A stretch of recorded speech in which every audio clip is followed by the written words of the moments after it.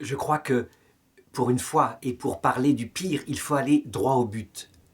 Depuis 50 ans, on le voit, on a eu ce qu'on appelle une théologie de la rupture.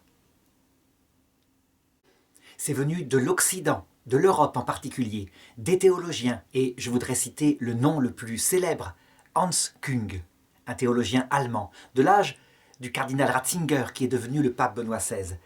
On pensait que le Concile Vatican II avait remis l'Église les pieds sur terre. Ça veut dire qu'au lieu de la plonger dans des mythologies, disait-il, des mythologies comme l'espérance de la vie après la mort, et je dirais toutes sortes de considérations mystiques religieuses qu'il appelait quasiment du fanatisme illuminé. Eh bien, l'Église s'est recentrée, disait-il, sur le message du Christ en donnant la priorité aux pauvres sur terre, pour construire le meilleur monde ici-bas. Cela voulait dire, dans sa parole, que tous les anciens conciles, toutes les anciennes définitions de la foi étaient évidemment des périodes primitives de la superstition, mais que, grâce au Concile Vatican II, on obtenait enfin des valeurs comme rechercher le bonheur de l'homme, donc l'humanisme sur Terre, construire le meilleur monde ici-bas. Et je n'exagère pas, il faudra même faire un jour une histoire de cette pensée qui a envahi les intelligences occidentales, chez beaucoup d'évêques, chez beaucoup de prêtres et beaucoup de fidèles. Par exemple, en 2016, où je parle, Hans Küng vient de demander que, enfin, on revienne sur l'histoire de 1870, le dogme de l'infaillibilité pontificale en matière de doctrine de la foi. Pour lui, c'est une assertion qui est venue à une certaine période d'ultramontanisme, ça veut dire d'exaltation de ce qui se passait de l'autre côté en Italie. Et on comprend pourquoi, parce que mordicus, dans toute cette tempête qui a atteint l'Église d'Occident, depuis le pape Paul VI jusqu'au pape François, la barque de l'Église a été maintenue dans autre chose.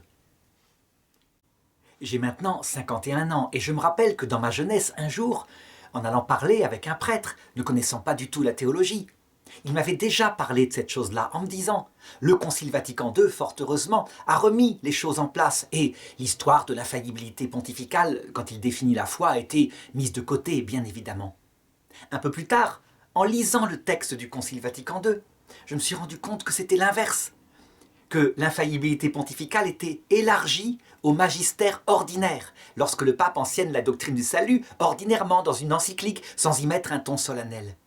Et je me suis étonné de ça. Seulement, j'ai constaté que, comme des étoiles tombées sur terre, comme le dit l'Apocalypse, donc indiquant la direction de la terre et non plus du ciel, l'Église fondée par cet espoir, globalement mai 68, et donc non pas par le Concile Vatican II, mais par, je dirais, la réaction aux deux guerres mondiales, qui s'est passée en Occident. L'Église s'est vidée. Elle ne s'est pas vidée à cause de Vatican II, elle s'est vidée parce qu'on a retiré le Christ de l'Église, puisque lui-même était quelque chose d'à peu près mythique. On dira, j'exagère, tout de même, on a parlé du Christ. Non, il y a quelque temps, dans une université catholique, occidentale, pas une université romaine, où la foi a été fidèlement gardée, un conférencier parlait de théologie dogmatique, et devant des jeunes réunis, très nombreux, pour assister à l'inauguration, avec un ton très intelligent, a fini par manifester que, bien évidemment, la résurrection du Christ, et puis d'ailleurs tous les miracles de l'Évangile, étaient mythiques, que ce qui comptait c'était le sens profond, mais que ça n'avait pas eu lieu vraiment, qu'au XXIe siècle on ne pouvait pas continuer d'y croire comme cela. Eh bien, dans ma jeunesse, c'était tout le temps comme cela, et dans les séminaires aussi. Là, en l'occurrence, dans cette université, quelques jeunes ont commencé à lever la main et à contester en disant « Mais tout de même, quand saint Paul dit « Si le Christ n'est pas ressuscité, vaine est notre foi », et donc, on a vu qu'il ne se laissait plus faire, ce qui est source d'un grand espoir, à savoir que lorsqu'on parle de la foi, on parle de la foi. Bref, pour moi, c'est le pire, c'est cette théologie de la rupture avec tous les anciens conciles, et c'est caractérisé par cela. Évidemment, la génération qui a porté cette théologie est vieillissante, elle va passer, donc cette chose va disparaître. Mais je voudrais parler de quelque chose qui me paraît aussi le pire, et qui est à l'inverse, qui est petit, mais qui va surgir forcément, parce qu'on est allé tellement loin dans le rejet du surnaturel, que le surnaturel reviendra avec force. c'est ce que je pourrais appeler une théologie de la rupture aussi, mais de la rupture avec Vatican II, donc tenue plutôt par des milieux qu'on qualifiait à mon époque d'intégristes. Cette théologie est de bonne volonté, elle a souvent réagi aux excès que je viens de dénoncer, mais en rejetant Vatican II, elle a fait quelque chose qui est une catastrophe. En lisant Vatican II à partir de la lecture de ceux qui avaient eux-mêmes rejeté finalement le vrai Vatican II, ils ont plongé l'Église elle-même dans un trouble nouveau. Qu'est-ce qui s'est passé chez eux? Je pense qu'une des causes profondes, c'est, ça paraît paradoxal, mais leur fidélité à la lettre de saint Thomas et non pas à son esprit. Saint Thomas d'Aquin, le plus grand des théologiens, n'a jamais été contredit par un concile. Le concile de Trente reprend sa doctrine sur la transsubstantiation. Et puis, Vatican II le contredit sur de nombreux points. Le sacrement de l'ordre, qui n'est pas finalisé par l'Eucharistie seule, mais par l'union de l'homme et de l'Eucharistie, une alliance sainte. Ça change tout. Le sacrement du mariage, qui n'est pas seulement finalisé par la venue des enfants et le remède à la concupiscence, mais l'amour des époux qui doit grandir et qui est source de l'enfant, ça change tout. Et surtout, l'eschatologie, la théologie de la fin du monde, de la fin de la vie aussi, et qui dit ceci, je dirais de manière solennelle dans Vatican II, Gaudium et Spes 22.5, nous devons tenir que Dieu propose son salut à tout homme, par un moyen connu de lui. Ce qui veut dire que les limbes éternelles des bébés, éternels, ils seraient séparés de Dieu éternellement parce qu'ils n'auraient pas été baptisés. C'est une théorie qui ne peut plus être gardée. Et c'est ce que le pape Benoît XVI va manifester. Il va demander à une commission théologique d'y travailler. Elle va dire, on n'a pas de solution. Il faut trouver une solution qui harmonise tous les dogmes, à savoir qu'il existe des limbes, mais ils ne sont pas définis comme éternels, que Dieu va proposer son salut à ses enfants, et que, après la mort, tout homme qui est sans la grâce est aussitôt séparé de Dieu. Il faut trouver.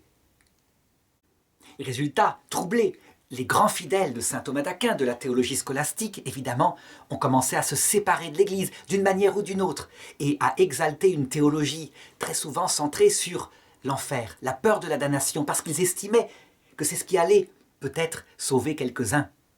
Certaines vidéos sur Internet venant de ces milieux se terminent toujours en disant « Si les hommes savaient qu'ils vont en enfer, ils se convertiraient ». Je pense que c'est quelque chose de valable quand on parle à un mafiosi. Le pape François, le pape Jean-Paul II l'a fait à Palerme. Mais ce n'est pas quelque chose de valable quand on parle à une personne qui cherche le sens de la vie, qui est angoissée, qui cherche le Christ et qui ne le connaît pas. Il y a eu entre-temps Sainte Faustine qui montre que, à l'heure de la mort, dans le passage, tout simplement parce que saint Thomas pensait la mort comme un instant, le Christ prêche à tout homme son évangile. Eh bien, cet aspect-là reviendra, il faut s'y attendre.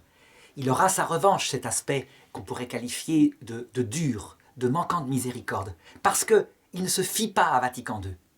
Et je pense que ce qu'il y a de meilleur et ce qui arrive est porté à son sommet en théologie par le pape Benoît XVI.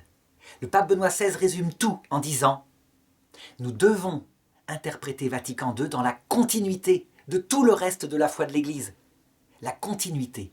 Et tout ce qui sépare, toute herméneutique de la division ne vient pas de Dieu. Le pape Benoît XVI est devenu très humblement pape. Il a émis quelques encycliques et, dans son encyclique Spe Salvi, il a même donné la solution, à savoir comment Dieu propose le salut à tout homme, Spe Salvi 47. Mais il le donne humblement, sans le définir comme un dogme. Le Christ, son apparition, dans le passage qu'on ne peut pas chronométrer en temps terrestre, se montre, et l'homme voit sa saleté. Et alors il peut se convertir et trouver le salut. Ainsi donc, si vous me demandez ce que pour moi il y a de meilleur, eh bien, ça sera à partir des intuitions du pape Benoît XVI, fondées sur l'espérance qu'a redonnée le pape Jean-Paul II, la fidélité dans la douleur du pape Paul VI, et le retour aux personnes, donc la pastorale, qui accueille les personnes, même pécheresses, du pape François, eh bien, c'est là que se trouvera le meilleur. Il n'y a pas à diviser. Le diviseur, c'est le diable, diabolos, ça veut dire ça. Celui qui unit toutes ces dimensions, depuis Vatican II, avec le reste de la foi de l'Église, je pense qu'il a le meilleur. Et alors, évidemment, si on ose faire ça avec l'esprit de saint Thomas d'Aquin, à savoir foi et raison doivent marcher ensemble comme deux affectionnés, je pense que pour l'intelligence, le renouveau sera là. Il sera indépassable. Je suis convaincu pour ma part que c'est ça qui va triompher bientôt, ce renouveau-là, préparé par les papes, dès que l'Esprit Saint va se décider à revenir en Occident, à souffler sur les cœurs des jeunes qui sont assoiffés. Et ça dépend de lui, au moment où il le voudra. Parce qu'évidemment, sans l'Esprit Saint, toutes les fleurs fanent.